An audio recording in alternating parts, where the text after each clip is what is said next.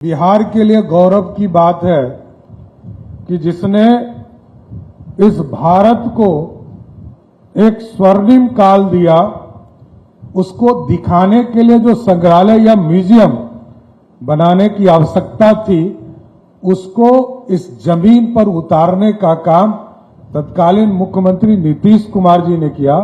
और जब स्वयं प्रधानमंत्री जी भी आए थे, आदरणीय प्रधानमंत्री नरेंद्र मोदी जी जब आए तो म्यूजियम में लगभग 1.5 घंटा तक चीजों को देखने का काम किया और कहा कि ये वर्ल्ड क्लास का म्यूजियम इस बिहार की धरती पर स्थापित हो गया। हमको वो दिन याद है जब इसकी शुरुआत आदरणीय तत्कालीन मुख्यमंत्री नीतीश कुमार जी ने किया था। कई लोगों ने कई तरह की कंट्रोवर्सी किया, इतने महत्वपूर्ण जगह पर यह बन गया, लेकिन जैसा हमारे माननीय मंत्री जी ने बताया आपको कि बुद्धा स्मृति पार्क भी आप जाएंगे तो लगेगा कि दुनिया से अलग हम किसी स्थान पर आ गए। और अब दोनों म्यूजियम जब से इसके पूरे सिस्टम को बदलने का काम शुरू हुआ और उसके पहले के म्यूजियम को आप देखेंगे, चाहे वो पुराना म्यूजियम हो या नया म्यूजियम हो, बिहार म्यूजियम हो, दोनों को जब देखेंगे तो आपको पता लगेगा कि आसमान और जमीन का फर्क आज स्थापित हो गया। आज दुनिया में म्यूजियम के सेक्टर में नो डाउट बिहार सबसे आगे खड़ा है, इस बिहार पूरे भारत की पूरी व्यवस्था में साथी। और आज दुनिया में जिस तरह हम लोक कला के ऊपर, वैसे तो हम लोग 5 भाषा बोलने वाले लोग हैं। हमारे यहाँ भोजपुरी से लेकर बजिका से लेकर मगही से लेकर मैथिली अंगिका 5 भाषा, हिंदी छठा जोड़ सकते हैं। 5 भाषा में हम लोग बातें करते हैं अपने इलाके में साथी। और उनकी संस्कृति, कोई मौर्य काल से संस्कृति है, कहीं मां सीता से जुड़ा हुआ है, कहीं बाबा हरिहर नाथ से जुड़ा हुआ है, कहीं विक्रमशिला से जुड़ा हुआ है। तो कई संस्कृति को रखने का काम इस म्यूजियम के माध्यम से हो रहा है।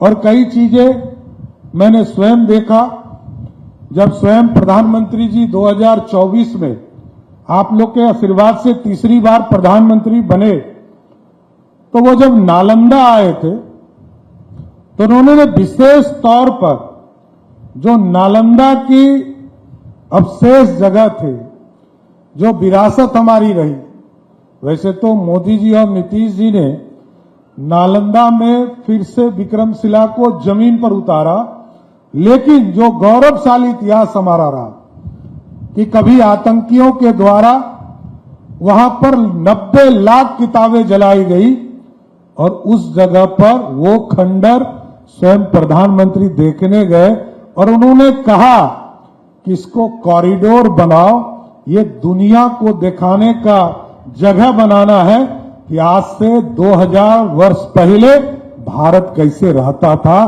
भारत की संस्कृति कैसे थी। इसलिए साथियों मैं जरूर कहूंगा कि कई चीजों की चिंता हम लोग लगातार करते हैं, लोक कला, कलाकारों का, सांस्कृतिक विरासत का।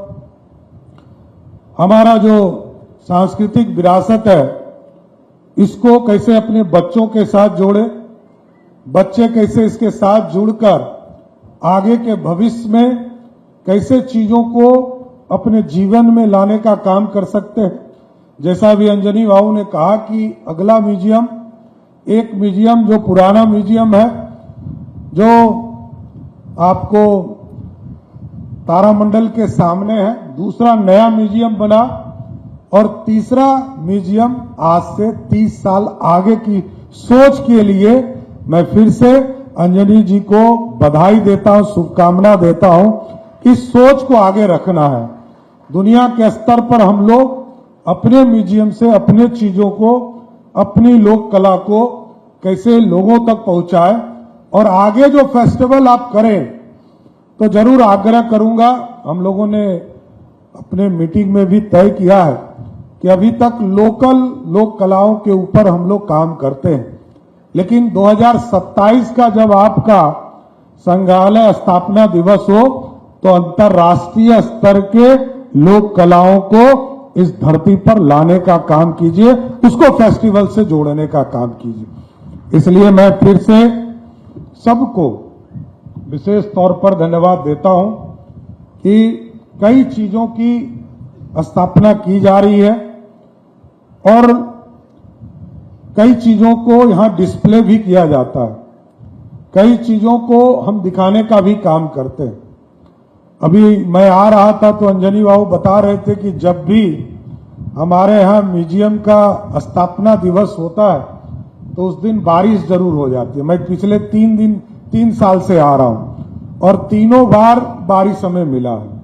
आज भी कोई मौसम नहीं लग रहा था।